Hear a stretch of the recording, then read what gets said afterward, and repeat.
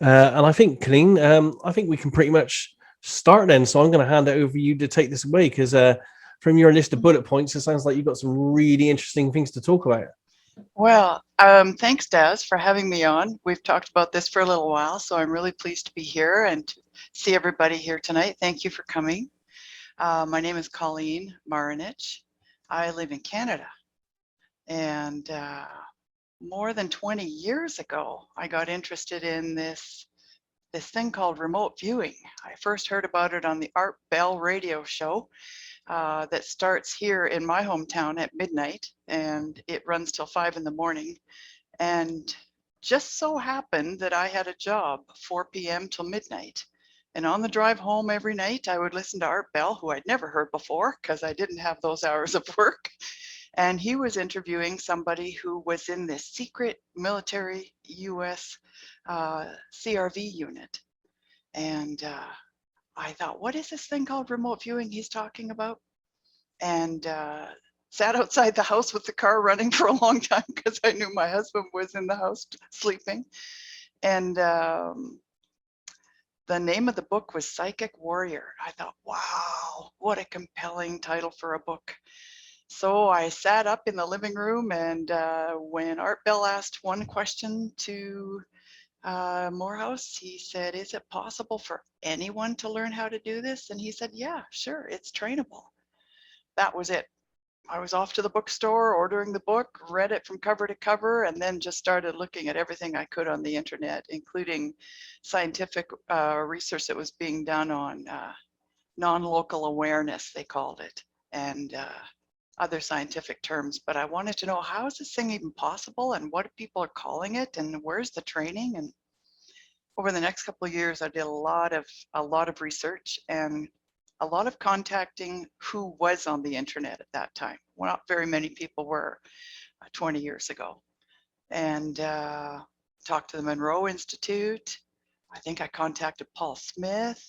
I contacted a couple of the trainers, just finding out, what's this all about? How does the training work? Met some charlatans along the way. An at-home study course. Take this cassette tape, this cassette tape, a dozen cassettes, and listen to this while you're falling asleep at night, and you will be a remote viewer. Yeah, well, I didn't know. I didn't know what remote viewing was, so I was taken in, lied to. Money was taken out of my hands by people who knew that I didn't know what I was getting. Long story short, I found Lyn Buchanan. His training was right in line with what I thought I would want to learn. And after going to a conference that Lyn hosted of CRVers, where I walked in the room not knowing if I was going to be seeing a whole bunch of people burning incense and candles and everything else. I didn't know what the community looked like. I had no idea who got into remote viewing. Walked in, and it was just everyday people, everything from a 19-year-old kid to professors in university to businessmen to housewives. And I thought, okay, this is a community of people that are just like me, just everyday people. Attended the conference, got home, and signed up for Lyn's training. And I think it was 2001, I went to my basic course. And after that, I arranged for Lyn to come to Canada every August long weekend. And he trained basic, intermediate, and advanced here in Calgary. And people came up from the Northwest United States and all over Canada every year. We did that for 7 years, people coming here to take training from Lyn. And during that time, I mentored students that were from my hometown, Calgary, Alberta. We would get together for pancakes and then clear the table and wipe off the sticky bits and get out the paperwork and do sessions back and forth with each other. And I had a lot of fun doing that. And Lyn had a very active student community that met every Tuesday. Back then it was a group telephone call. And we would get together and discuss session work, ask Lyn all her questions and all of that. So I worked my way through training all the way up to advanced and then project management. and help Lyn do some client work as a project manager for him. And then on my own, I worked with a group of CRVers and other people, and we did a lot of client work as well, mostly for missing persons for the police, law enforcement agencies.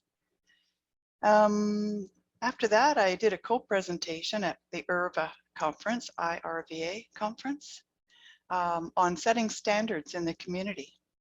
It just seemed that everybody was kind of going about things and in a way that nobody was following the same guidelines. There wasn't even guidelines really in the CRV community. And I'm speaking strictly here about the CRV community. So I did a presentation with Lyn to show what can happen when you set some standards in place for training. And I did a long PowerPoint presentation. If you go to IRVA, you can see our presentation. And we had been practicing a standardized training program for operational viewers who wanted to do project work for 4 years. And we showed the results during our presentation, which was quite compelling. We were mobbed when we came off the stage. People were very happy that someone was creating some guidelines or some standards. After that, I was writing articles, helping Daz edit the 8 Martinis magazine. Yay, 8 Martinis. And then I created an online course, a 6-week online course where I offer private one-on-one lessons for basic and another program for intermediate and another program for advanced. I also have a mentoring, troubleshooting, coaching service where I help people, again, one-on-one using Zoom, so that I have a really strong connection with my students and can spend a lot of time with them while they go through the process of learning CRV and then getting better at what they already know how to do. So I guess that's a little bit of my biography as far as CRV is concerned. And one thing that I noticed and was very curious about when I started training in CRV and mentoring other students, and we'd spend hours talking about this cool thing, CRV. And we started asking questions to each other like, is anything else happening to you? Since you started training, are you noticing some other strange things coming to your attention? And it was very relieving to find out that, yeah, people were just like me. They were starting to notice things or become aware of things in their everyday surroundings. It started out with what I saw out of the corner of my eye. And of course, it's always out of the corner of your eye, right? You go to look at it and it's not there. But I started seeing shadows going across the walls in the living room, in the bedroom, in other rooms of the house. And at first I thought it was a car going by or something that was, you know, showing, you know, having some kind of light refraction against the living room wall. And then I realized these shapes are in the shapes of human beings. They are full-sized shaped people. At first it was one, and then it was several, and then it was like a whole crowd of them were going by, and I didn't know what was going on. And I remember asking other students, are you having this? Yes, yes, yes, I'm seeing it too. I've never talked to anybody about it because it's always out of the corner of my eye. And I don't know if I'm actually seeing it, if it's my imagination or what it is, because every time I turn around, it's not there. I said, well, what else are you noticing? And a lot of us were noticing that we were able to get a sense of things that were going to happen just before they happened. Many of us were starting to realize that we could have premonition or precognitive dreams, that what we were dreaming, if we dreamt about something, we would wake up the next day and that occurrence in our dream would actually happen in real life. I remember having one particular dream where I dreamt that somebody was out in our front lane and was going through and wrecking cars with, you know, causing damage to cars. And I got up the next day and looked across the street, and there's somebody's windows in their car bashed in. They weren't like that when I went to bed. So either I was dreaming what was actually happening, or I was having a precog dream, but things like this started happening. I started becoming very intuitive, knowing things that I should not know. I didn't read about them, I didn't hear about them, but I just had a knowing of things. So stuff like that started happening, all the way through to noticing a spirit in our house.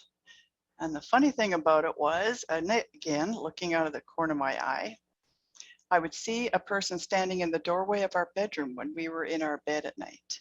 I wouldn't say anything to my husband, and that went on for years. It just stood there. I had a sense I didn't have anything to fear. And then one day I was talking to my husband while we were in bed, and his eyes immediately went to the doorway, and I said, "What are you looking at?" "What did you just look at?" I said to him. "Oh, no, nothing." He says, "Oh, it's nothing to be concerned." I said, "What did you just see?" He said, "Well, there's been this spirit that's been standing in our doorway." And I said, "For about 3 years?" He said, "Yeah, about 3 years." So things like that started happening at home, not only for me, but for my husband as well. So we just took it in stride. There was nothing to be concerned about, but this was something new for us that just started happening, started manifesting. After I took CRV training, it just seemed that I had opened a portal or a doorway or an awareness or a sensitivity, whatever you want to call it, to these other really cool things. So I guess that's where I'd like to finish. And there's a couple of other points that I'll get to, but just open it up to any questions that anybody might have. Rich's first of a question, but before we go to him, I just saw a comment from Pablo in the chat window. He says, "Oh my God, thanks for sharing that. Besides a previous Zoom meeting, I have not heard that many people experiencing this." Oh yeah. It's alive and well, trust me. And we're not the only ones.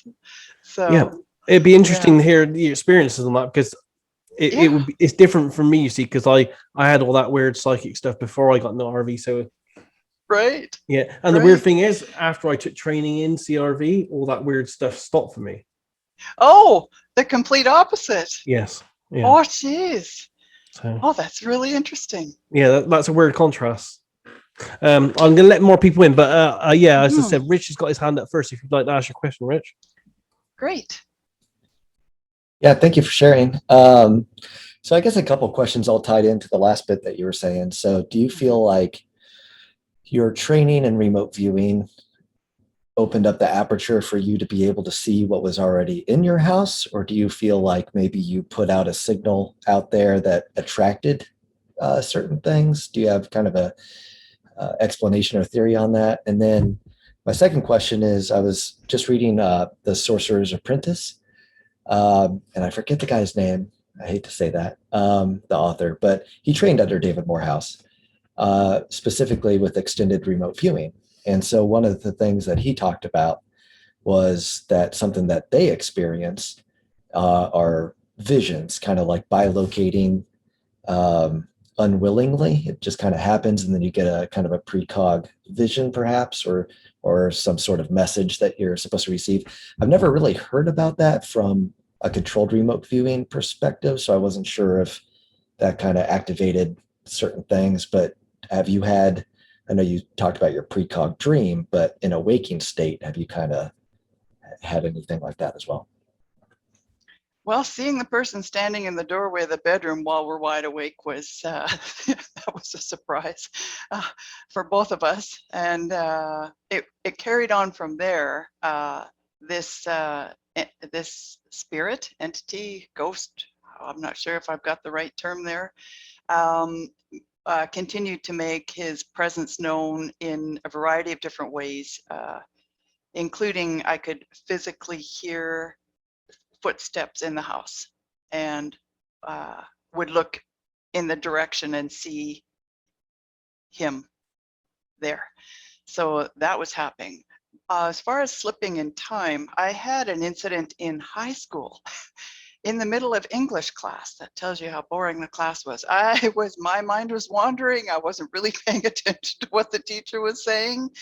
And all of a sudden, in the split second, I was not where I was sitting in class. I was somewhere else in another time period, and I was aware that I had shifted in this other place as well.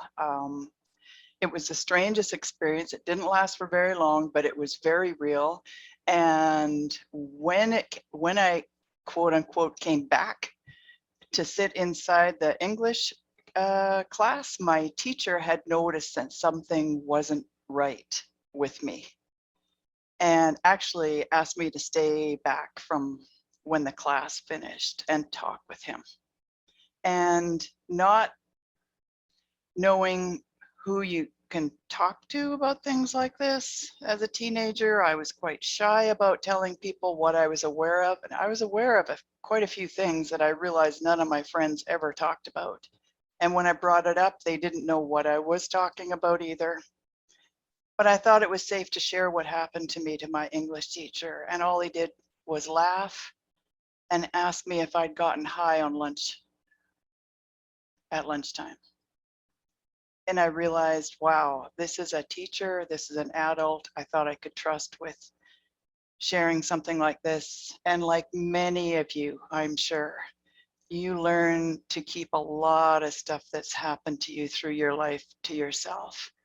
Very few of us find people that we can share this kind of stuff with. So that was an introduction to, don't tell anybody about this kind of stuff. Even if all you are is just interested to know more. I grew up in a very small town. The town library, I knew the town librarian. She was the mother of one of my friends. If I went in and started asking her for certain types of books, I'm sure that she would think, what the heck is this about? And away it would go. So I just stayed very quiet about things I was experiencing, things I was becoming aware of, things I was sensitive to. Yeah. When I moved to the big city, I was still very eager to learn about things like this, but it wasn't until almost, what was it?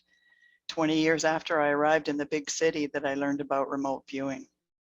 But all during that time, I mean, there were some very interesting things going on with me and with my husband, who just, what are the chances I'm going to meet somebody who has a complete understanding of all of this, and also all through his life, unable to share it with anyone.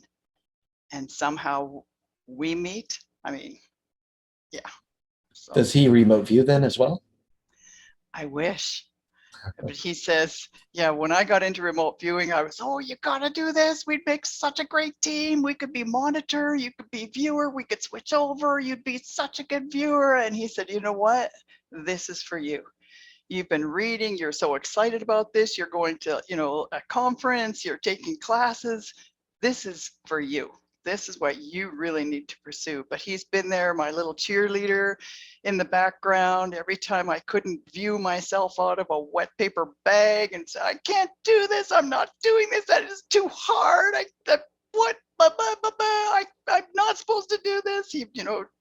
Take it easy, take a break, just go back to it when you can. And yeah, he's been my rock. He's been my big supporter in all of this. I'm very lucky, because I don't know about you guys, but when I bring somebody on for my training, one of the first questions I ask them is, do you have somebody you can share your experiences with, your aha moments, your times where you just want to throw it all on the shelf and walk away? Is there somebody you can talk to about any of this stuff?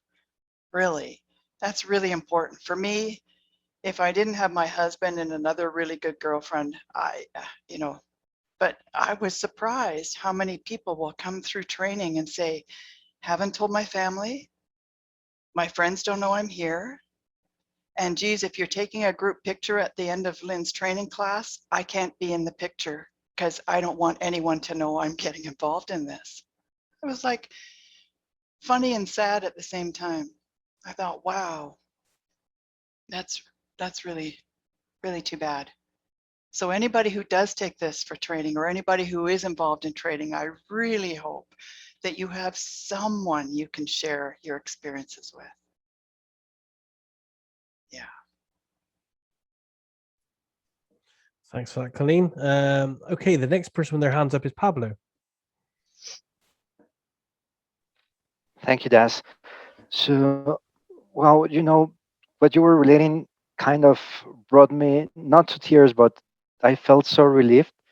And the reason is way long time ago, way much before RV, I had an experience. The only thing I'm grateful is I had my late grandmother. She was really open to everything that was going on around. She probably used many religious terminology because she was, raised in that Right. environment, but she was Yeah. completely open. And, she kind of became the big mother of the family after my great grandmother passed away. And thus, all the aunts, all the uncles, they will take this very seriously. But before I drift off topic, what happened is that she was living with us. I was probably 10, 11 years old, and her room in the second floor, she next day she was a little bit afraid and concerned because she had seen someone appear there, but she could only see like the contour, like there was someone standing there in the shadows. Mm-hmm. And she after a few nights of that happening, she tried to approach this thing, and that thing just stepped back.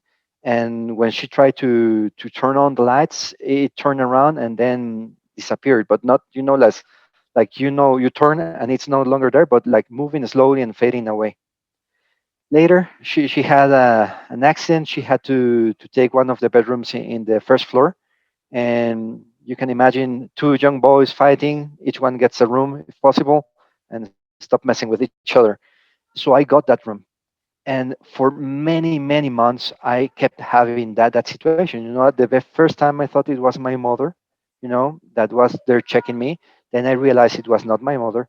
That thing stood in the doorway on one of the corners near the window, and I was really afraid. I usually would cover myself, but one day I dared to check it, and it stood there just watching, probably moving from one place to another. And when dawn came in, I was fully awake, and that thing, when light started coming in, moved a little bit and started fading away. So I never got the chance to know if that was ghost, an alien, whatever. But afterwards, I got what you were mentioning, shadow people, on the corner of your eye. You were somewhere, they were moving. Sometimes you got a better view, and I was concerned. One day I talked with a few friends, and they also could see them and told me, no, we don't say anything because everyone makes fun of us. But then more life, other responsibilities came in. But then I came into RV, and those things have not disappeared, just changed through time. And you wonder whether this is part of the bigger package, as Russell shared in the chat, because there's so much we don't know, so much we are dealing with. But my final thought is, I've seen a lot of children being able to see these things, interact with them, and they slowly lose that over time, right? So just wanted to share that, be really thankful, because you relieved me a lot, and thanks for sharing again. Oh, you're welcome. I think there's a lot of people like us, more than not, in the remote viewing and CRV community. Yeah.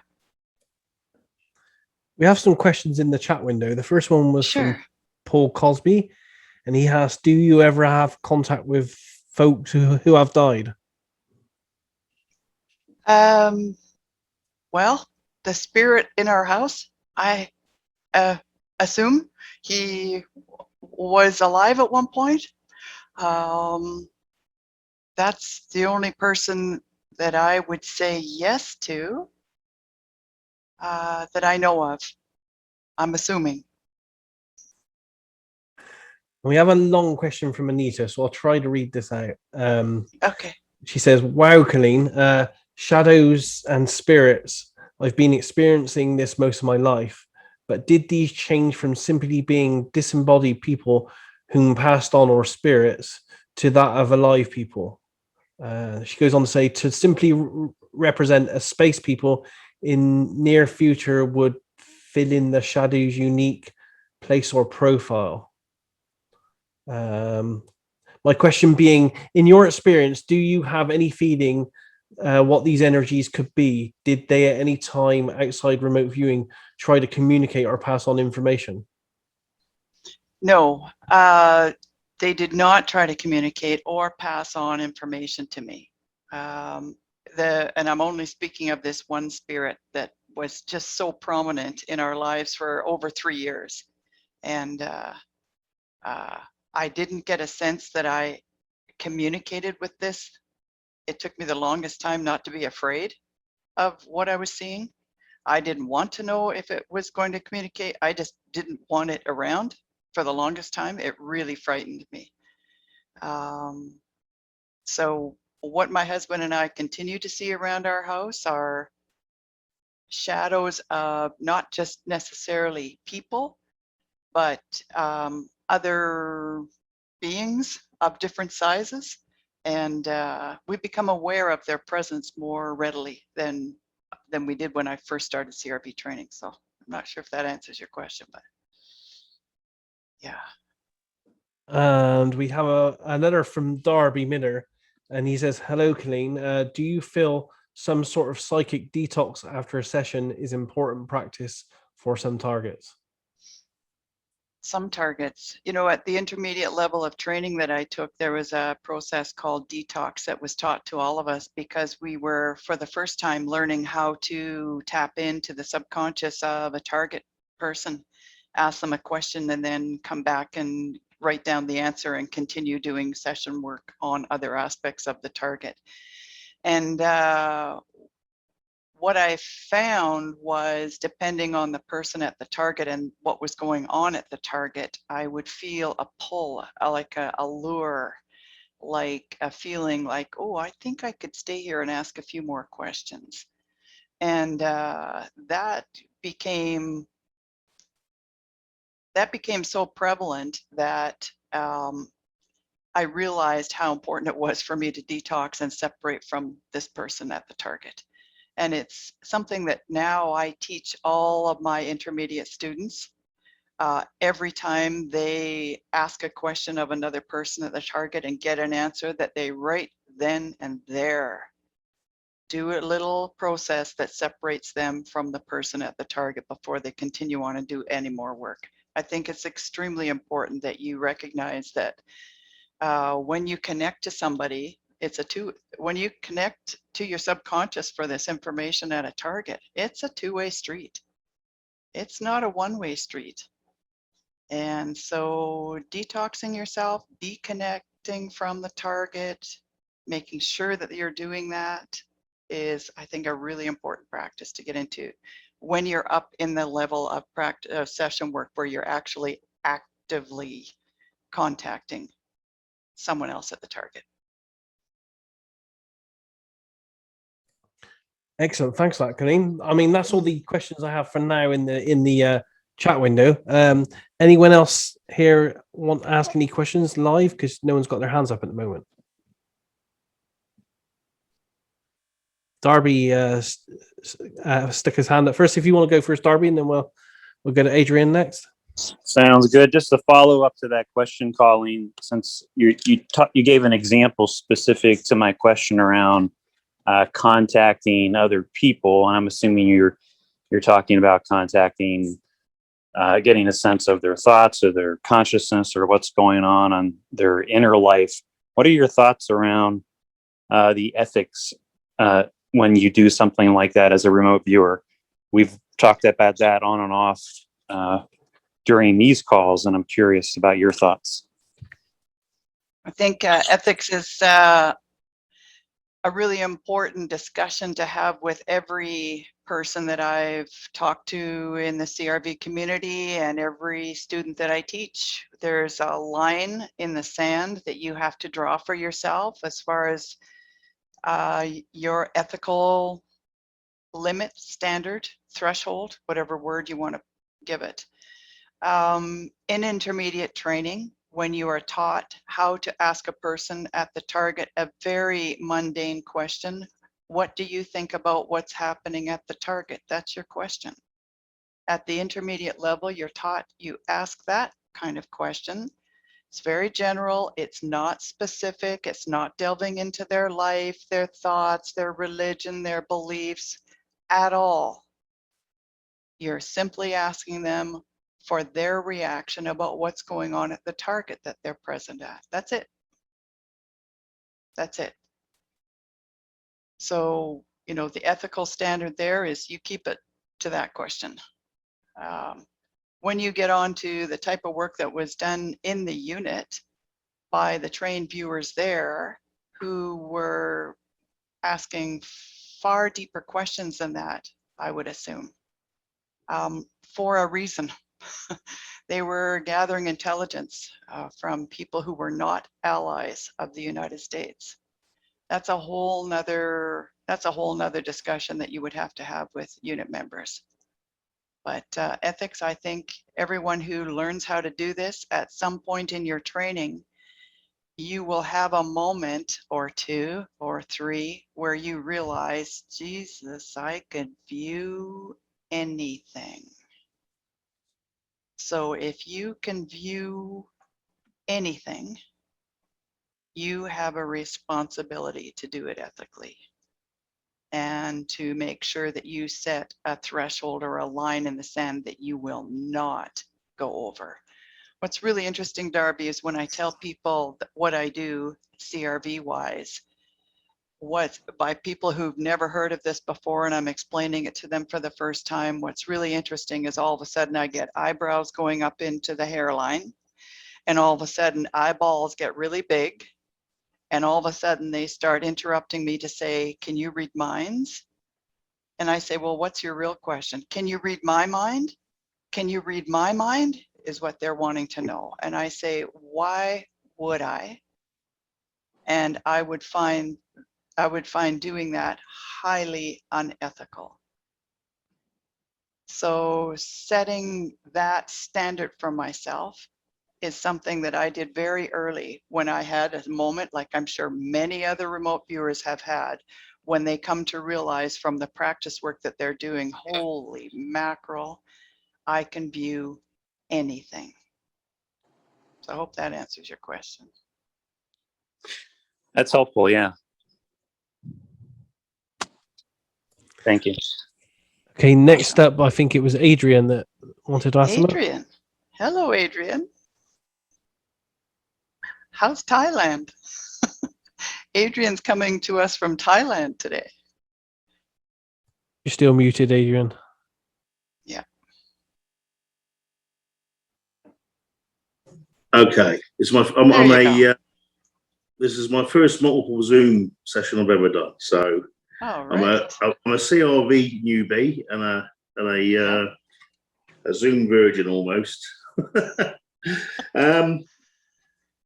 First of all, I've just completed Colleen's basic course, her first course, 6-week one online. And I just want to vouch for what she's doing. It's absolutely incredible. It's been an incredible journey for me. Colleen asked me at the start, do you think you're going to get massive gains? There's going to be some big things happening in your life? And I said, nah, it'll just be, well, it's knocked me for 6. So much so that I've taken the last week out. I completed my course last Friday. I took a week off from it. I had to get away from it all just to think and let it sink in. It's maybe a bit like an athlete when they win their life's goal or whatever, and the reality just takes time to sink in. It was really that big. I mean, fantastic. So I'm in Thailand, as you allude to, and it's very early in the morning. I think 3:45 nearly, whatever that, and it's all right for you guys. I think you're all normal hours. Oh, thanks for joining us. It's wow. No, fantastic. And so the community I live in here is very spiritual. They live with spirits every day. They worship spirits daily. They feed them. They have these spirit houses. Every house has a spirit house. and it's nothing for them. It's nothing for them. It's just like run of the mill. It's just like going to the shop, or I mean, but for us guys in the Western world, it's sort of like a wow, sort of spirits and ghosts and whatever. It's not sort of normal. We're more seen as sort of fringe, maybe, in that than normality.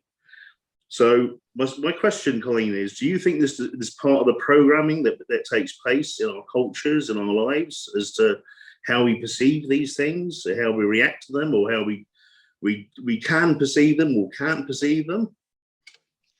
That's a really good question. I think somebody alluded to this a little earlier, is that when you're younger and you have this awareness of things that your parents don't even talk to you about, but you have these conversations with people that with beings that adults can't see.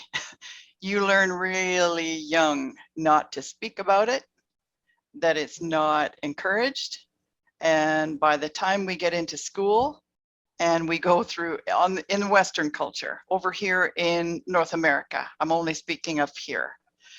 You get into school and, oh my goodness, no, you're never encouraged to talk about it. It's never brought up in class by a teacher that I went to school with. If you went to church, normal church, sure, there's that. But otherwise, being aware of, being in communication with, seeking out or speaking to anything that wasn't physical was never encouraged. I think by the time you're out of school, that's almost drummed out of you, in my experience, unless your belief is very deeply entrenched into a religion, and where that may be part of the practice in your religion and beliefs. Otherwise, for those of us who didn't have that in their lives, it was never encouraged. Yeah, the amazing thing that I found with the course was how my awareness of the ambience of things, how we go about life, we are almost numb to things that we touch and feel, and the temperatures of things and the textures of things. And then when you're being trained to recognize these things and feel the surfaces and feel the temperatures and the solidity of things like that, we sort of, wow, forgot. It's almost like you forgot to do that. It's like it's like maybe when you're a kid, and you're born and you get toys, and that's what you're doing. You're learning, you're feeling temperatures, you're learning about your universe. And at some point, I think a lot of us switch off. We stop doing that. We take it for, it's like sometimes people would come to our area where we live and go, oh, it's so beautiful here. Like it's like amazing. You go, oh, is it? Because it's just every day. Yeah. You sort of switch off. Yeah. You do. You do. Yeah. Thanks for your question, Adrian. A big part of remote viewing and getting to understand what it really is getting to know that it's more than viewing. It's sensing. It's being aware of. It's being sensitive to sound, taste, smell, textures, temperatures, orientation of things at a target, alignment of things. It's all ambiance is huge part of being aware of a different sense of things at the target. The ambiance of something at a target is, all of that is in play in CRV. I found it fascinating to learn. Fascinating. Thank you, Adrian. Thank you, Adrian. Thank you. The next one with their hand up is Rich. I don't mind waiting if other people who haven't asked There you go. want to talk. You're first. Oh, yeah. Okay. Thank you. So, Coleen, if you wouldn't mind, you were talking about missing persons cases, and I think that is an excellent use case for remote viewing. Are there any cases in particular that A, you can discuss, or B, wish to discuss?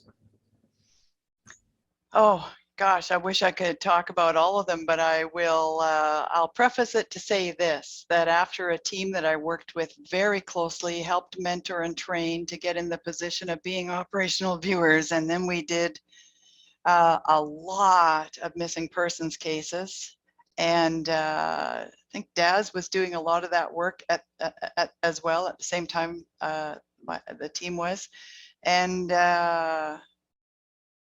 you know, the most heartbreaking, I'll tell you about the most heartbreaking one was a woman who contacted me and said that her daughter had gone missing, and the police weren't doing as much as she hoped they would do to find her, and that she had reached out to other people in the psychic, quote unquote, community, and that one said that she would help her, but it would cost her X number of thousands of dollars to find out where her daughter was. I cannot tell you how enraged I was to hear that. I contacted her right away, told her that is not the way things are done in the CRV community, that when we work on cases like this, we work with the investigating officers, not the family. My gosh.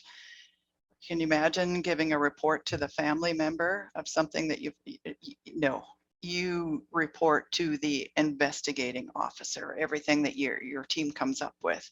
So that's first and foremost. You never work with a family member with respect to missing persons ever. But that one really got me upset. We worked on so many missing persons cases in the span of a year. What I found, one of my biggest lessons was working on that many sessions to do with, the majority of them had to do with people who weren't living anymore. And when you're a viewer and you're viewing that, by the time the year was up, a couple of the real top crackerjack viewers that were on the team doing really good work started not bringing in very good work anymore. And when I contacted them and said, look, at what you're giving me is crap, what's happening? Like, I know your standard of work. What's going on? Do you need a break or what? And they said, yeah. And you know what I've discovered is my subconscious can only view so many dead people. And then it doesn't want to look at them anymore. It doesn't want to know about them. It doesn't want to describe the location they're at. Like, I can't do this work anymore. I just can't. It was one of the best and biggest lessons I ever learned in CRV as a project manager, is that there's some things that you ask your viewers to view, and after a while, it's like, can't do it.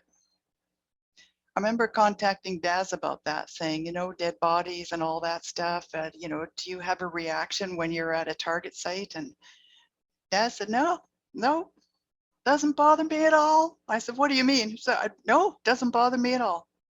Not one bit. I don't have any effect of it on it. It doesn't have any effect on me. And, you know, it could be something going on with that viewer. I said, well, I know I'd be one that would be very much affected by seeing that kind of thing continuously for a year. So, you know, I believe my viewers. But are you telling me that this doesn't affect you at all? He said, no, not a bit. So that was surprising to learn. Yeah. I will add it didn't at the time, but after, when I got to my 251st case in a row, Daz. that's when I stopped. No kidding. Yeah. After 251, it was too much. Too much. Yeah. So if I may ask a clarifying question, are you saying that in some aspects your subconscious mind, how could I say this? Are you saying that your conscious opinion on that aligned with your subconscious, or are you saying that your subconscious mind might be blocking you from viewing certain things, even if consciously you don't have an issue with it, kind of like a mind of its own? Well, let me put this back to you, Rich. If you were standing over one body, two bodies, personally, 3 bodies, 4 bodies, 5 bodies, 6 bodies, in all kinds of states of, you know, of being, how much do you think of that you could stomach? I guess for some. Well, without right? being there, I'm sure I'd have a different reaction in person than what I would That's imagine. what I mean. Yeah. That's what I mean. So I think for each of us, it's different, right? Makes sense. So yeah. And for viewers who, when you are at the operational level, you're wanting incredibly detailed information. So you're not just saying there's a body and there's some, there's a body over here and there's water over there and there's a, telephone pole in the distance. I mean, you are describing clothing, decomposition rates, all kinds of stuff like that when you get into the operational level. So it's hard. That's hard.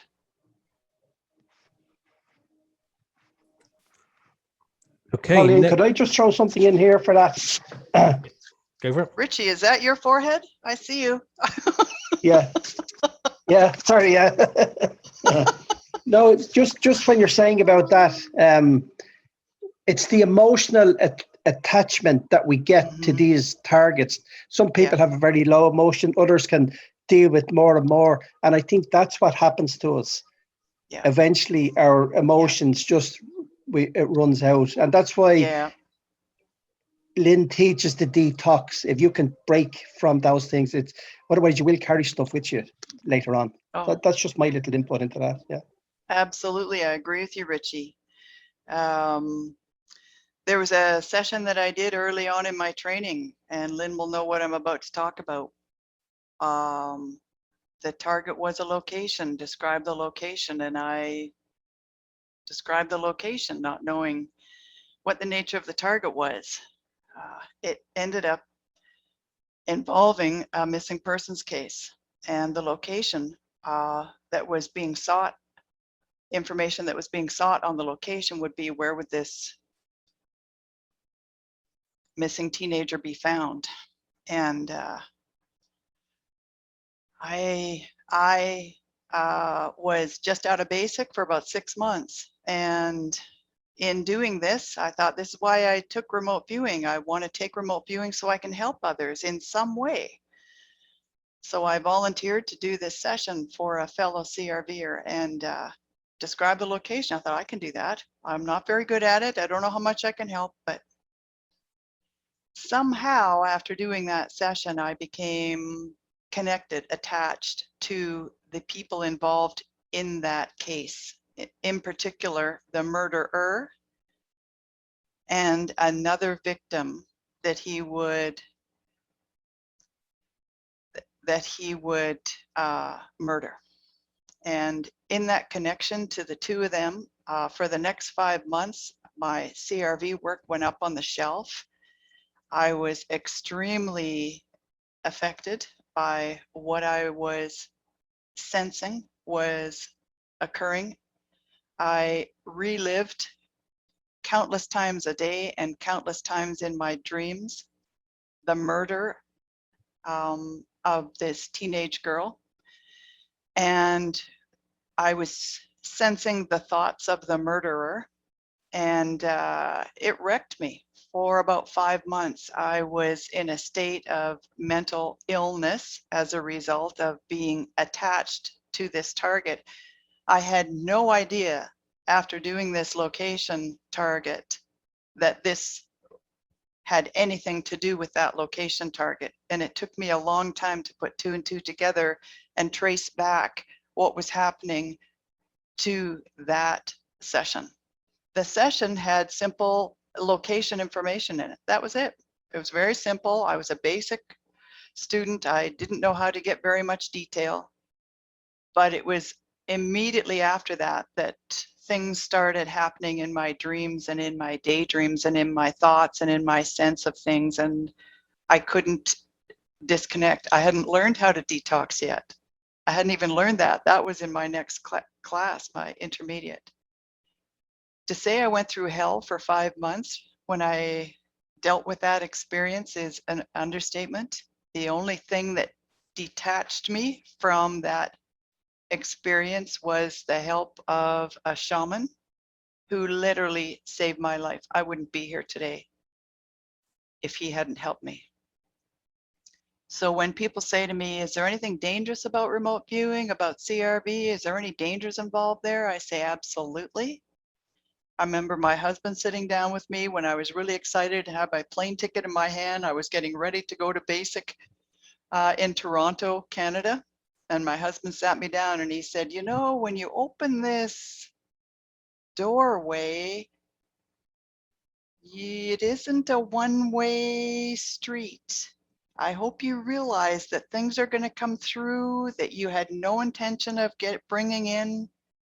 They're going to come through whether you like it or not, and there will be very little you can do to stop them from coming through. And I thought, what is he talking about?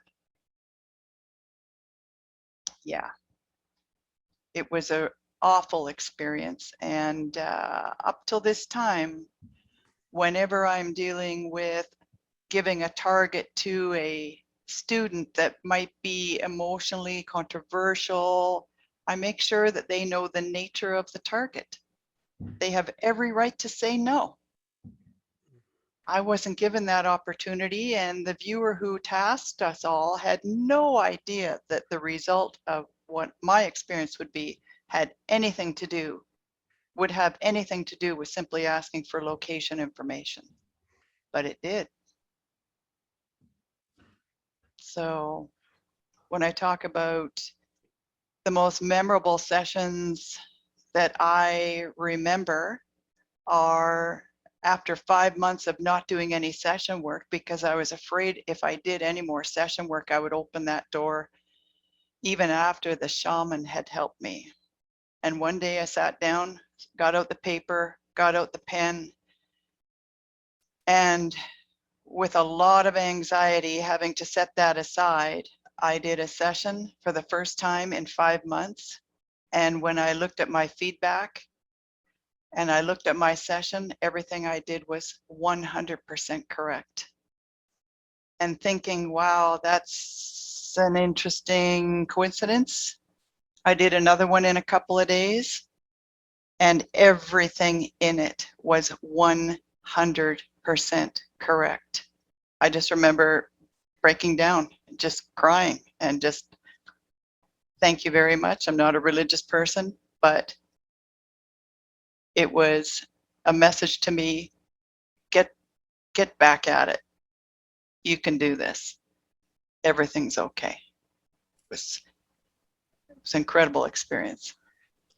Coleen, as a follow-on question from Cedric, he asked, how do you go about detoxing and what methods do you use? It's really a simple process of, it's almost like a correction. I don't know if you're a CRVer, Cedric. In CRV, you can do all kinds of cues, prompting to your subconscious, where let's say you acquire sight contact and you're the size of an ant on the edge of a barbecue lid and you're going around and you're the size of an ant. Everything at the target seems absolutely gigantic to you, and you will describe it that way in your session. If you can correct your alignment, your orientation at the target, you can prompt or cue your subconscious to give you that correction. So in a detox, it's kind of like that, where you get information from someone at the target site. You've asked a very benign question, very benign. What's your reaction to what's going on at the target? You get your answer, and right there, you pause your session. You cue yourself with writing down that information again, and then saying logically, in a logical, conscious response, this is from the person at the target. And then ask yourself, what's your reaction to what's going on at the target? And it might be something completely different than what this person at the target said, completely different. Follow that by saying, this is my reaction to the target. In other words, you identify consciously, this is from them, this is from me. And if you can't sense that there is a separation, if you can't sense that, you keep asking the question, is that from them or is that from me? Is that from them or is that from me? Oh, that's from them, that's from me. It sounds like a really simple, almost nonsensical answer, but it's as simple as that. It's really important to do the detox. Before we move on to the hands up one, Lyn's got a follow-up question on that, I think, which is worth asking right here, really. He asked, would you talk about taking tasking from someone you don't know or who isn't trained? Yeah, the answer, no. I wouldn't take tasking from anyone who isn't trained in CRV, and I wouldn't take tasking from anyone I didn't know. Absolutely not. I have just seen too many dangerous things out in the internet from people who don't know what they're doing, don't understand the consequences that you can put a viewer into by asking them to do certain tasking on certain targets. There's, you know, there's dangerous targets out there. You know, as much as you may think, oh, but it's cool and it's interesting and I just want to know, well, okay, yeah, okay, so all right, would you put yourself in the position of finding out this information you want to task a viewer on? Right? Would you put yourself in that same situation to gather the same type of information a viewer can get for you? Like, no, if you're not trained and I don't know you, no, absolutely not. There's a huge trust factor that goes into doing work for as a viewer with somebody who tasks you. Huge trust factor. I've got to be able to trust that they're not going to put me in a situation that's going to have me affected by a target that I'm viewing. I'm going to work with people I really, really trust. Yeah. Excellent. And the first hands up question then has been there for a while is Ida. Thank you. I've enjoyed your straightforward presentation. Oh, thank you. And I'm really glad that you just got to this point because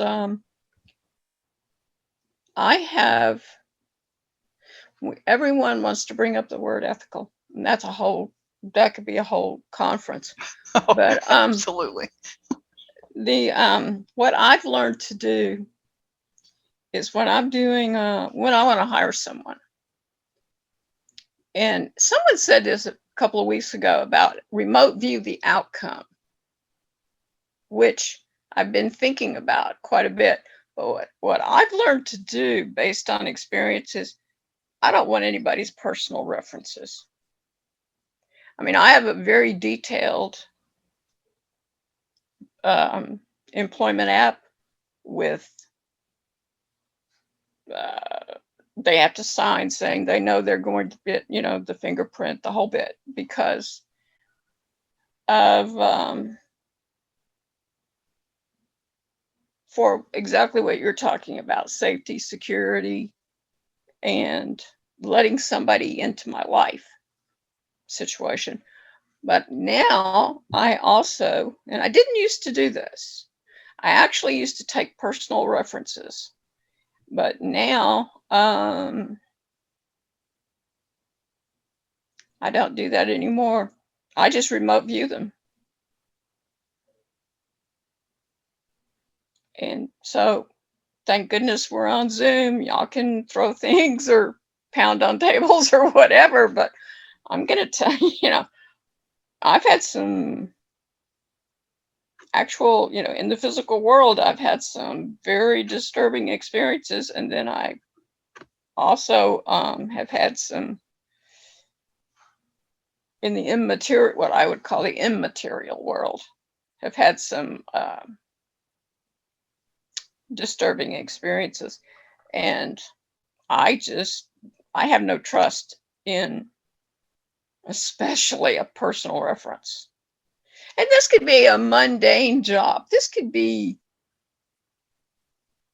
walking my dog. This could be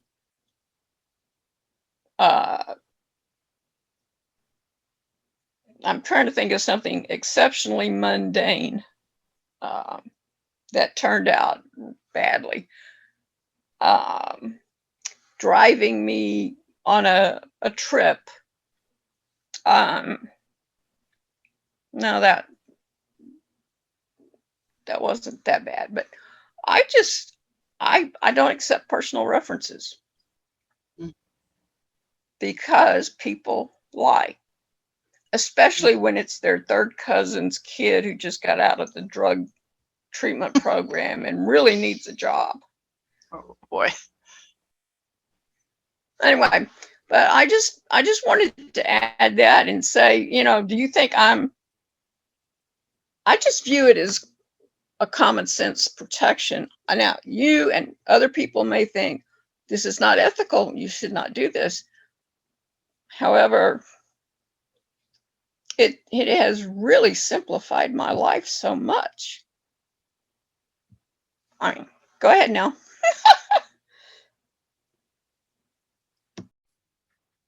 Thanks for that, Ida. Thanks for sharing. Who's next? I think Darby's up again.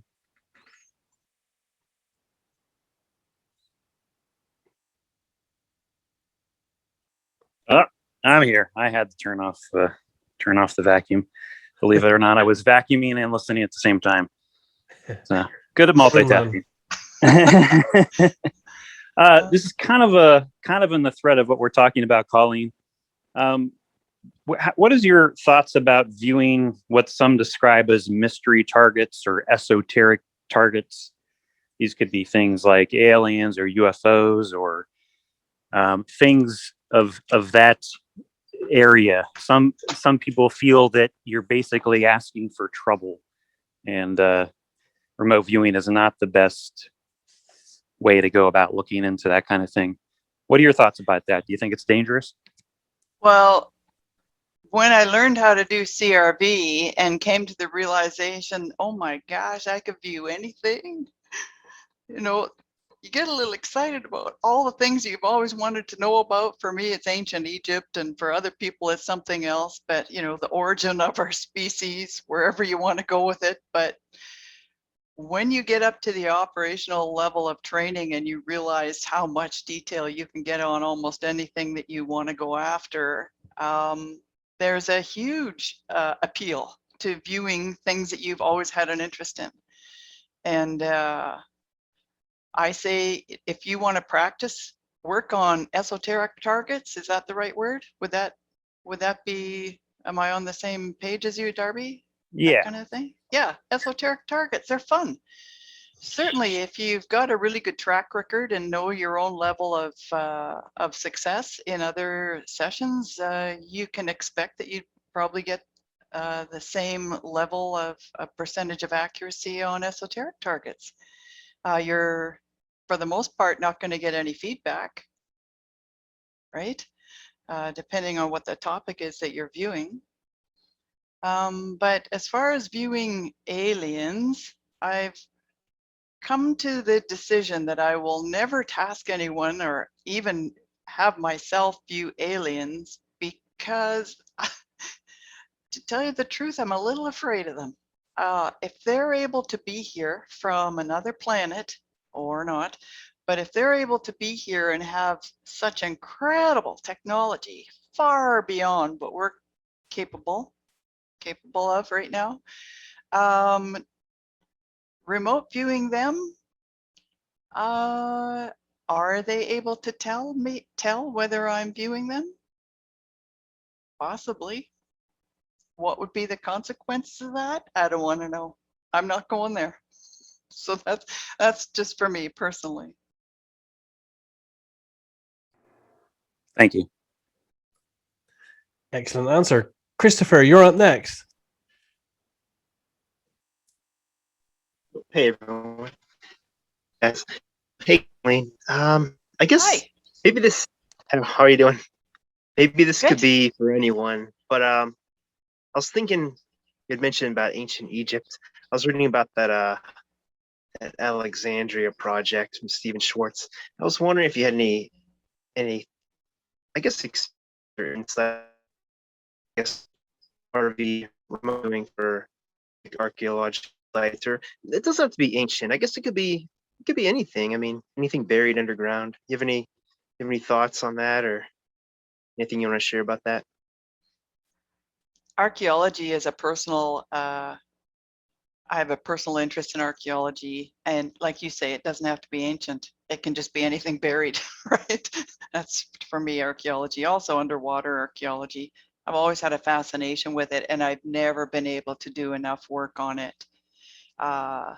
If I won the lotto tomorrow, and if I was able just to do full on, day after day after day session work, it would be involving archaeology work, underwater salvage or recovery, that kind of thing. It just fascinates me, and I've never been able to get enough practice in doing that kind of work, but I really am interested in that kind of stuff. How about other people? Maybe, how about you, Christopher? I haven't. I mean, I guess I'm kind of starting to get into that, because I know people always talking about, what can I do with remote viewing? And like when it came to me, it's like nothing really appealed to me. But then I kind of came upon that archaeology with the Alexandria project, and that kind of resonated with me quite a bit. So yeah, I think about that a lot. I read. I mean, I'm obviously a kind of a history buff, so if I could somehow mix in RV, or even just think about it, even think of a project like an RV project, not necessarily do it, but just kind of maybe kind of think about what would be a good project. That'd be something worth my time. Yeah.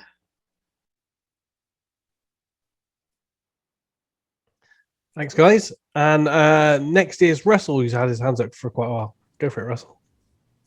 Hi, Coleen. First of all, I'd like to say thank you for your cheerful candidness. And at one point, I had researched you heavily as a potential instructor, because I'm in Seattle, and you were kind of a split distance between the other ideas I was considering. Yeah. In referencing the 5 months that you went through that traumatic reaction, and I'm sorry to bring it up again, when you were having the repetitive recall and the dreams, was that from the perception position of the victim, the perpetrator, or the future victim, or was it from a third or fourth objective viewer? It affected me very personally, Russell, and thank you for letting me clarify that. I was perceiving what it was like as his victim as she was dying at his hands, from him. I was also at the same time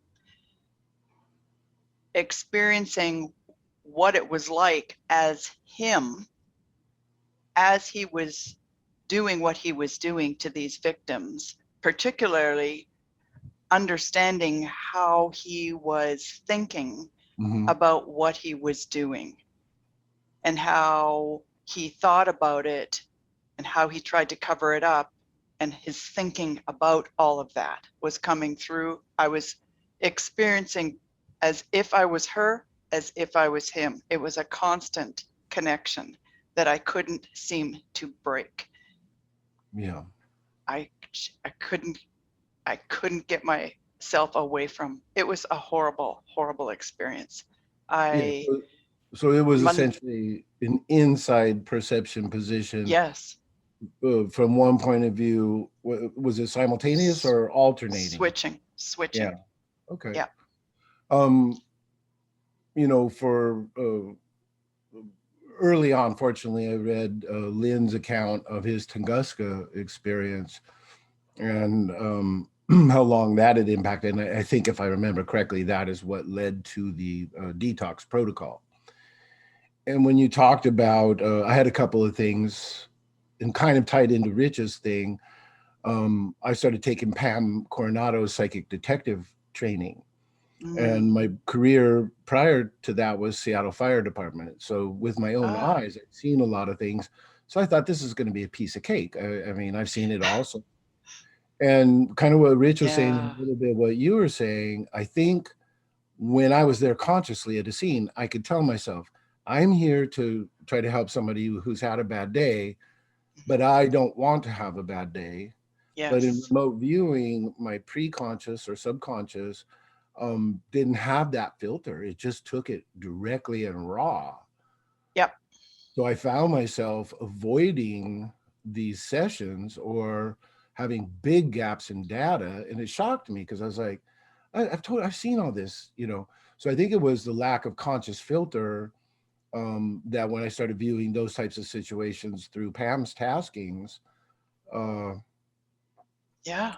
that made it so impactful that Yep. even though I'd seen it with my own eyes in a session, I ran from it. Yep. I think Um, because we connect at a completely different level than when we do in our yeah. physical conscious, right? We connect at a entirely different level, Well, you would have to right? tell yourself. I mean, if you walked into a room that was just horrific, you could feel it, and then you'd have to remind yourself, I need to get to work. I have to be logical here, Right. and I have to assess Yeah. breathing, Yeah. airway, you know, all these factors. Yeah. But with if our pre-conscious is settling on that information in a tasking, we Yeah. don't have that luxury of a filter. So you've Right. definitely opened the door to I guess what I would say certifying or reassuring me that I'm not crazy on that point. No, The no, other not at all. thing, the other thing I put in the chat that you might find interesting, when you said Art Bell was your first Mhm. contact, it triggered a conversation I happened to have saved or made a transcript of, where Art Bell talked to Ingo and asked him, what happens when you go from 10% perception, go through perceptual training? And Ingo answered in literally almost your exact words, your vision is opened, because as soon as I came back from my first training in 2010, and then trained two friends of mine, you know, the best I could, knowing what I knew at the time, Mhm. we all started having these little blurs in the peripheral vision Yeah. and some other encounters, a couple of which were, you know, unpleasant. Yeah. So Ingo literally almost word for word described the thing. I put that in the chat, but it was an Art Bell interview. Yeah. So I'd have to say in quite a while, this is a very enlightening conversation, and thank you. Oh, good. Oh, you're welcome. Thank you. Thank you for your comments.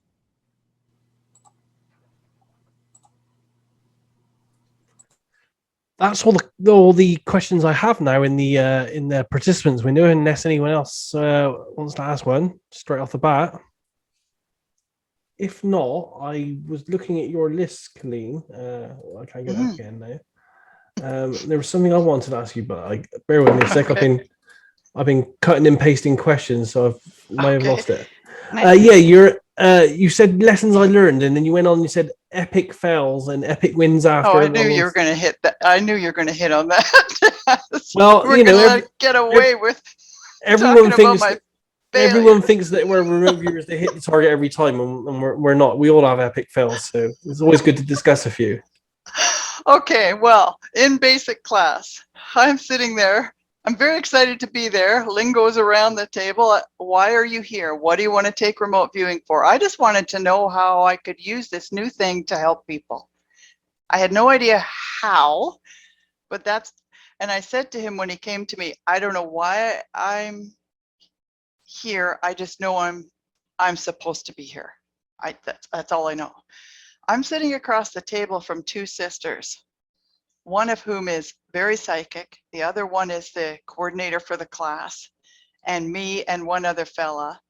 And I'm watching what this psychic lady can do as Lyn goes around the table and teaches each of us what the rest watching. And I'm thinking, oh my God, I am so outgunned here. I've got a psychic sitting across the table and she's acing everything. Lyn comes around to me. I don't even get a half a page in, and I practically rip the paper with my pen tip. I just have this visceral, physical reaction to this overwhelming sensation.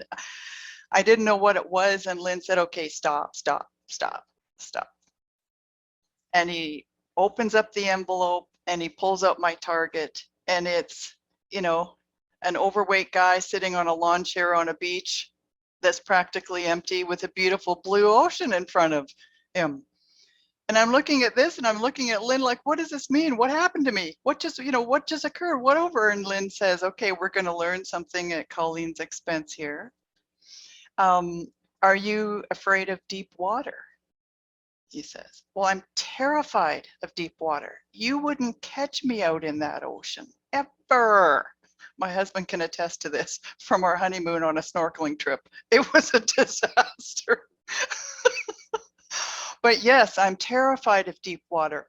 I had no idea that you will physically react to a target scene that you would normally be very averse to. I had no idea that was possible, that even took place when you were a CRVer.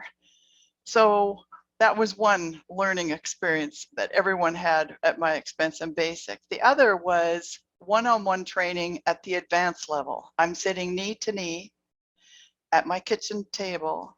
I'm getting one-on-one training in advanced. And with Lyn acting as my trainer and monitor, he got me, gave me my coordinates, gave me my tasking. 2.5 hours later, he looks at me, hasn't said a word. Hasn't said a word. I'm working away, telling him what I'm getting. And he says, why don't we take a break for lunch? I said, sure, let's take a break. We jump in the car, and just before I turn the ignition, Lyn says, I just have a question. I said, what? He says, how much of that was total bullshit? And I realized, oh my God. The moment he said it, I realized everything I had done that he had sat in for 2.5 hours, completely silent, was nothing but a castle build. Nothing but garbage, trash. Nothing. It was not on target. He knew what the target was. I didn't. Embarrassing. Oh my God. That was, yeah. We came back. I dug myself out of the hole and continued on the session and ended up having good sight contact. But yeah, epic fails. Oh my God. If anyone else would like to share. Oh, their failures. Oh my God, that was so embarrassing. Oh, geez. Yeah. So there's that. Daz. Well, to follow that, you also said in your questions here or your points here, your most memorable sessions and what you learned from them. I'd be interested to find out what one of your most memorable ones are. The 200%ers, after coming back from that horrible 5 months of just mental and emotional devastation. There were a couple of sessions that I remember having really strong impressions in, and one was an advanced level session that I worked on for several days over the span of a week. And I remember sitting back in my chair and wanting to physically go like this. There's something whipping.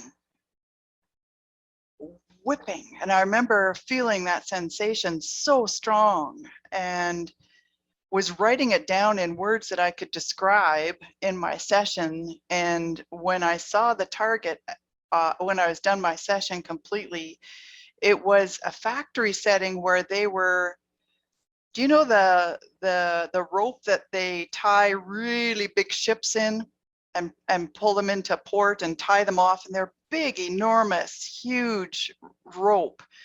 This was the factory that made them and wound them onto the big spindles in order to ship them off to the shipping companies. And there was this whipping motion that would get them around the spool. Like strange things. I'll never forget that, though. It was the strangest experience. There was another one where a target I had that the target was the outside of Area 51. There's a sign, something to the effect, if you cross this, if you go beyond here, your life's in danger. Not in those words, but that sign in the dark was my target. unbeknownst to me, I'm working away, and all of a sudden, whoa, I get this feeling, oh God, we're not supposed to be here. We are not supposed to be here. And I remember writing that down. Holy cow, we need to get out of here. We're not supposed to be here. First time I'd ever felt like that. I was, holy cow, holy cow. Open up the target and see, oh, geez, look at that. But I had this overwhelming sense of, we're not supposed to be here. We're not supposed to be here. Another target I did, there was a big iron gate with the name of the estate across it in ironwork. And suddenly what came to mind was exactly that word. And I can't think of it at the moment, but it was exactly that word. And I wrote it down in a session. And then when I pulled it out of there, it was like, whoa, whoa, look at that. I wrote this down on page 4. Look at that. Look at that. I got it on page 4. Look at this. Look at that. There's moments like that, and there's other moments that students that I've trained have as well. And, you know, the physical reactions that you have to a target. There was one target that I gave a student, and it was snowboarders who were in racing. They were coming around a steep corner, and their arms were out like this. And, you know, he just got onto target, and all of a sudden he went, and I'm watching him on the webcam, trying to keep a straight face, looking. I said, "Oh, can you put that in words?" "Yeah, they're going like that." I said, "Okay, put that in words. Write that down." It's like trying, and then you show them the feedback photo afterwards, and it's snowboarders in this race. You know, there's another student who just kept going, "Wow, there's something on the back of my neck." She's going like this. I said, "What? What?" She's, there's something on the back of my neck, and she's whacking at the back of her neck. And I show her the feedback photo afterwards, and it's a hoop cam. Do you know what that is in basketball? It's where they put the camera right up by the basketball hoop. So as they're jumping and they're just about to, you know, throw that ball into the hoop, you can see all the faces of all the players right there. And it was coming, the basketball was coming right through the hoop, and there was a guy on the opposing team right underneath it, and it was going to hit him right on the back of the head when it came through. And it was one of those dunking ones where they just slam it in. And she was getting that sensation. So, oh my God, I got something on the back of my neck.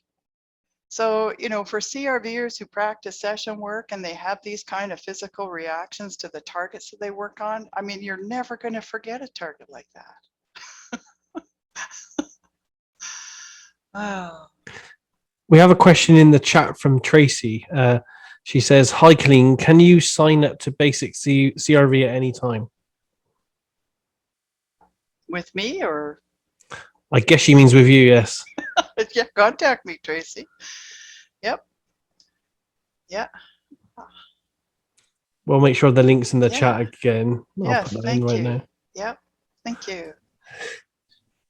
Yeah, I may have linked the wrong or like the most basic one. What was your cost for that? I couldn't find a pricing information. How about you contact me personally and I'll give it to you by email. Okay, sounds good. Thank you. Sorry, and on your list as well, you also had the best lesson you learned as a CRV project manager. That sounds interesting. That was the one about the viewers who'd worked a whole year on nothing but missing persons cases. Okay, yeah. Yeah, the most important lesson I learned was, you know, that kind of work, it takes a toll on you.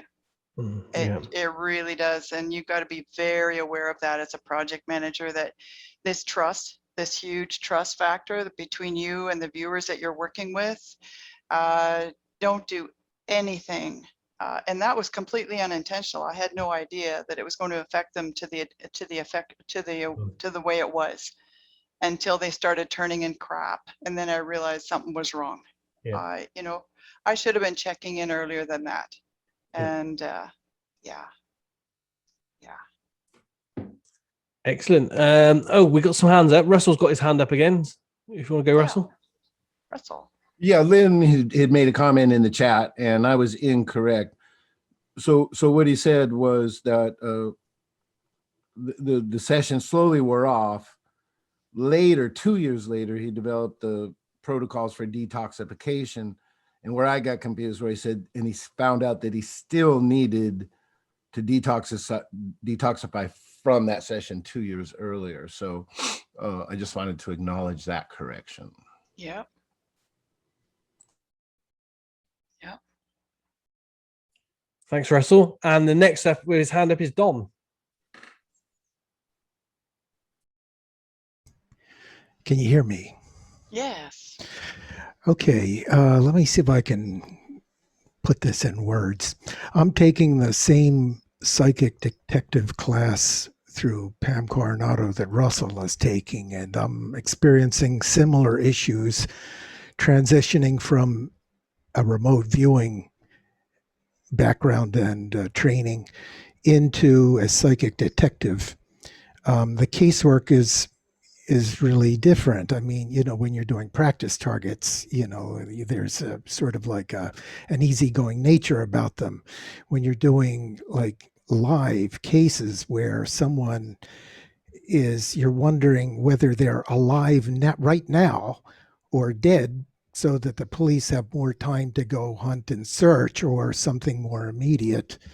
It sort of messes with your head a little bit. So anyway, I guess what I wanted to mention here was I did a case, what was it, last week, where I was given a target photo and I perceived that he was in something. Like I couldn't tell what it was, whether it was dirt, whether it was water. And this is revealing how good my psychic perception is, not very good. And so then when I tried to reach out and touch the subject, I noticed the same particulate matter was in his hair. And I wrote down avalanche victim. And this target was a training case for alive or dead. And I didn't know what it was. I thought he was buried somehow, and I claimed that he was dead. It turned out that he was alive. And he had just survived a harrowing experience of being separated from his travel companions on Mount Whitney and spent the night in a freezing cold environment and was rescued the next day, you know, in the snow and in the ice and so on. But the thing is, first of all, I didn't perceive what that stuff was that was surrounding me and him. And so I guess that was maybe my first question. And the second question is, I didn't get the target right because somehow my focus wasn't right. And the class pointed out that I had written down in my perceptions ankle-high boots twice. The first time I thought it might be an AOL and I threw it away. But then it came up again and they said, you know, when these things come up again and again, sometimes there's a authenticity to it. So anyway, I guess that's what I'm trying to describe. If you have any comments or suggestions. Comments with respect to getting more physical descriptors on the particulate? Yeah, let's try that. Sure. Let's start there. And I agree with your friends with AOLs that continue to come back repeatedly in a session. It could be that there's something. That's the thing. Sometimes we perceive ankle-high boots and we take it literally. Were there ankle-high boots at the target? I think that's what he was wearing when he was there. Yes. Interesting. Yeah, that's good. Sometimes an AOL comes through and it's symbolic of something at the target, or it's conceptually related to something at the target, but it's not necessarily literally that at the target. If you had gotten these perceptions, would you try to unpack them? Yeah, You'd go after them. Yeah, and I would ask a couple of questions, you know, ankle-high boots, how so, and in what way, and how does this correlate with the target? And your answer from your subconscious might be, this is at the target, which it sounds like it was for you, right? Yeah. Right. But sometimes they are not necessarily physical. It is a conceptual aspect of it or a symbolic aspect of it. So you have to keep that in mind. Don't follow any assumption that when you get something like that, that it must be physically there. Don't follow that leap. I'm Right? not sure I'm following that part. Can you say that again? Sure. When you get an AOL, many of us who get an AOL think, okay, this must physically be there. In your case, it was, but that's not necessarily so 100% of the time. Sometimes we'll get an AOL that continues to come back and come back and come back. And it isn't the physical aspect of that thing. It's the conceptual or symbolic aspect of that thing. That is something at the target, that relates to something at the target. So what you're saying is don't let it drive my session. Correct. Yeah. Correct. Absolutely. Okay. Don't jump to an assumption or a conclusion. And then Right? how about my intent on, I was describing him because he had this harrowing experience, and for some reason my subconscious zeroed in on that. But really what the teacher wanted to know was this person dead or alive? And I didn't seem to focus on that. Now, is that just an experience thing? Yeah, I do think it's an experience thing. And I think that you probably got caught up in the experience of his emotional reaction to what was going on for him when he went through this harrowing experience.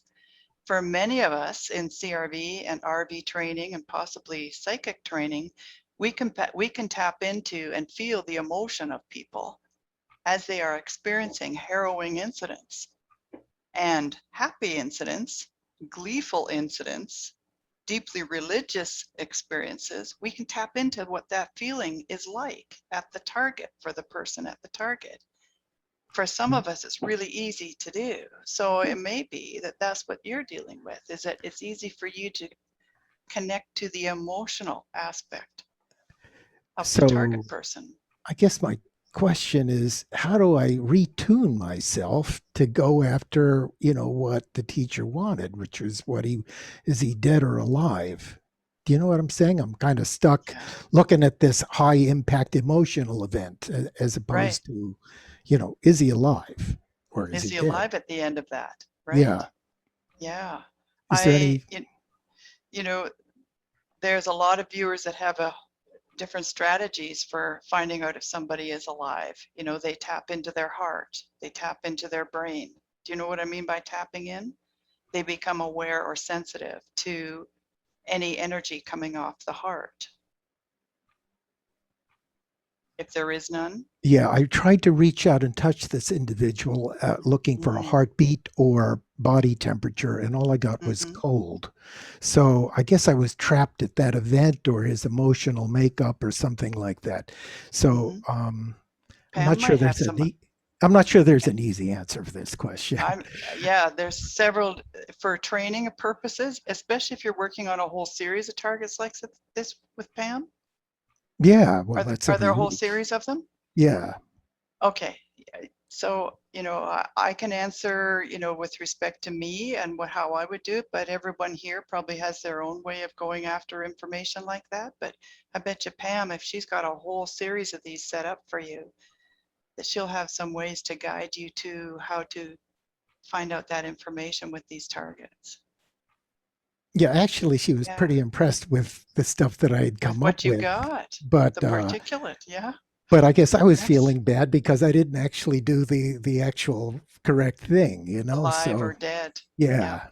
Yeah. Okay. All right. Good. Yeah. That's basically it. Thank you so much. Okay.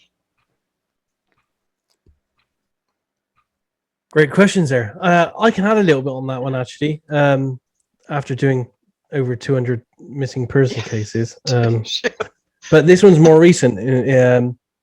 In November, we had a member of Crypto Viewing, Hitomi, who was missing, and she was missing first before she was found dead. And while she was missing, I was asked to do a remote viewing session, and you know, I was front loaded because I knew that Hitomi was missing. But I reported back that all I could see that she was horizontal. She was horizontal and she couldn't be contacted. And I kept reporting that, and I was writing that and drawing that in the RV session. And the tasker afterwards, it was asking me the question, you know, well, is she dead or is she alive? And I kind of knew inside myself what the real answer was, but I wanted to fight that more than anything. So I actually gave him the answer that I felt that he wanted to hear rather than real information.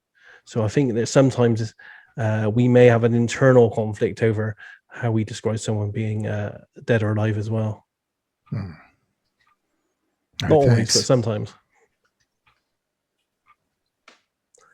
We have another question from Russell. Actually, this is to supplement Dawn. I had the great honor of Pam consoling Dawn. Well, don't feel so bad. You should have seen what Russell did.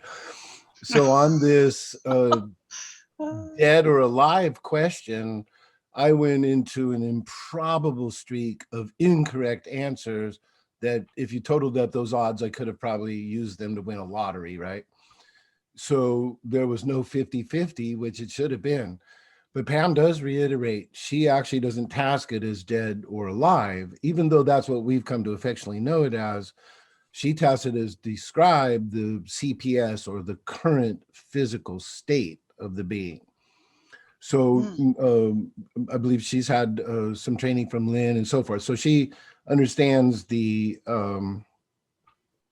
tasking, describe the current physical state. In my mind, I took it the same as Dawn. Well, basically, it's dead or alive, which maybe ARV would be a better solution. When I finally, for myself, and I'm not saying every CRV person would have this experience, they might be able to make it work. For me, I found out CRV wasn't the correct tool. And Lyn, I'm sorry, Pam, in her CRV training, she has that. Then she has another tool where she has mediumship. Then she has another tool where she has traditional psychic. So she looks at it as a toolkit. So if she gets a tasking from law enforcement and they don't tell her anything, she'll do an immediate blind CRV session. Then maybe she'll get front loaded by the detectives, and then she'll do some medium work. Then she'll do some psychic work. So she'll approach this from 3 or 4 different conscious. This, you know, a wrench is not a screwdriver. So when I finally gave up on trying to apply CRV as I've learned it to that question, describe the current physical state, and just sat with the picture and interacted with looking at the photo of the individual, then I was able to recover and start getting higher than 50-50 from literally a string of improbable misses. So I'm glad, Dawn, that you were able to be consoled by my failure. It's an honor. And in that particular case, I just had to change tools. The other one, if I could just interrupt you for a yes, second. absolutely. First of all, I was interpreting it as a dead or alive because that's the way it was headed. But you're right. Underneath of it, it said the current state in smaller letters, and I wasn't paying attention to that. So you got me on that one. All right. And the other thing is, I've been sort of standing up and talking in a pocket tape recorder as opposed and trying to feel and touch. That seems to be working better for me than trying to do a paper and pencil session. I'm getting a little bit better success with that, with this casework stuff, just to, you know, tell you where I'm at right now. Well, yeah. And you know, when the ERV people did recordings, it's the same thing. They were in that state. They were not going to sit up and write.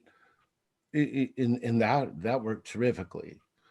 So anyway, Dawn, the pain is real, and I feel for her. Yeah, it sure is. I'm told me that she uses me now to console people. I got quite a kick out of that. All right, thank you. Dimi, you're up next with your hand up. Hello, Colleen. Thank you for being here. Hi, thank you. I want to ask about your experience regarding those 5 months of torment, but not particularly that. I want to know that after your experience on teaching, after that 5 months and after that 100 accuracy on that target, do you think that pause that you have had until that time, it helped you? So do you think like we have a benefit from taking pause between learning process, between learning stages along the CRV, along the RV process of learning, I mean? I think it's Adrian alluded to this, is that after you're done training, and even as a trainer, when the training course is over, I need a break.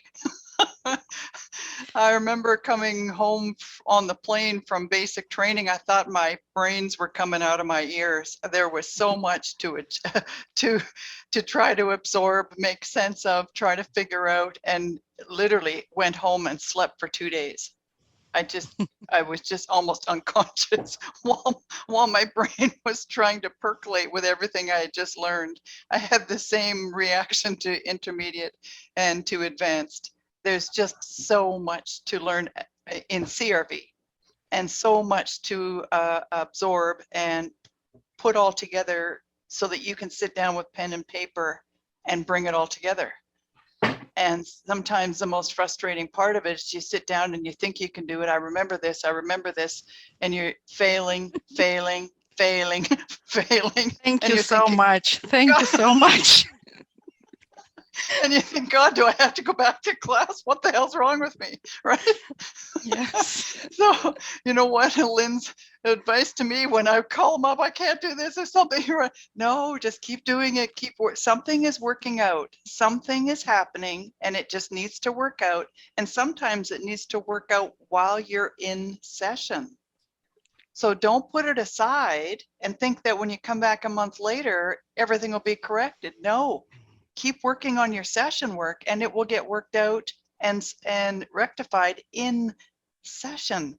So, you know, I said to him, how many sessions do I have to put in the database? Even the ones I'm getting 13% on? He said, every session goes in my database. So I have sessions there. I think the lowest one was 17% or something like that, all the way up to the other end. But, you know, they do work out while you're doing session work. All these things have to sort themselves out in a way that can only be done while you're actively engaged in a session.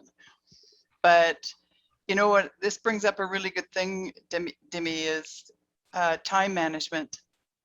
At the upper levels of training in CRV, you're doing so much session work. I've actually trained people where they're turning in page 60. They've done 60 pages of session work. There's no way you can sit down and do that in one big marathon session. It's just not possible. Time management strategies come into play at the intermediate and advanced and operational level, where you have to take a break in between your sessions. You do one session on a target, but it may take you a week to complete. And you work on the session for maybe 40 minutes, and then the next 2 days later, you'll do another 20 minutes.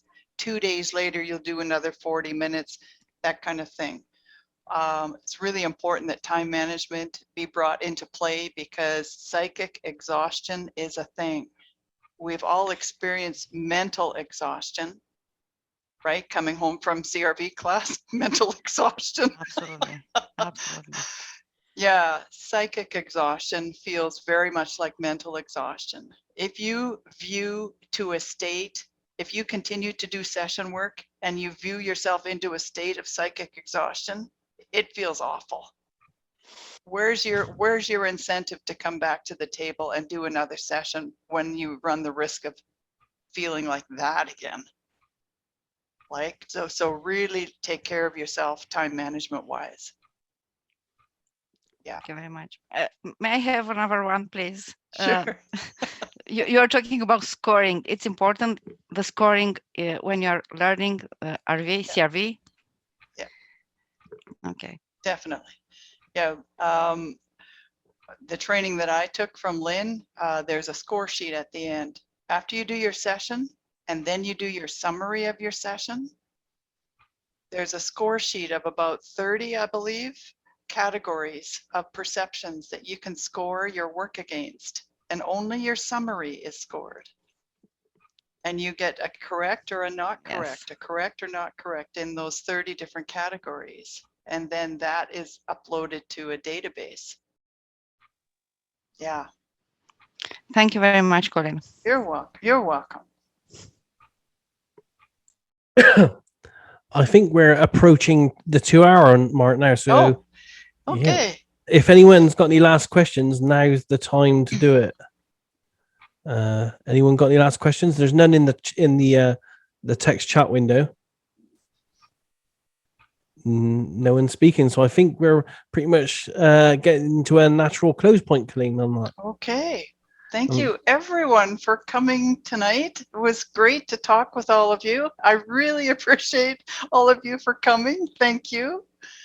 Thanks, Daz, for inviting me. This was fun. Yeah, it's been great. It's very informative, and I hope everyone enjoyed all your knowledge that you had to share. Oh, thank you. Thank you. Excellent. Well, thanks for that, everyone. Look forward to seeing you next week. I don't know what's going to be on next week yet. We'll see what we have in store for you. But again, thank you, Coleen, and everyone for coming along, and thank you, everyone, for asking your insightful questions.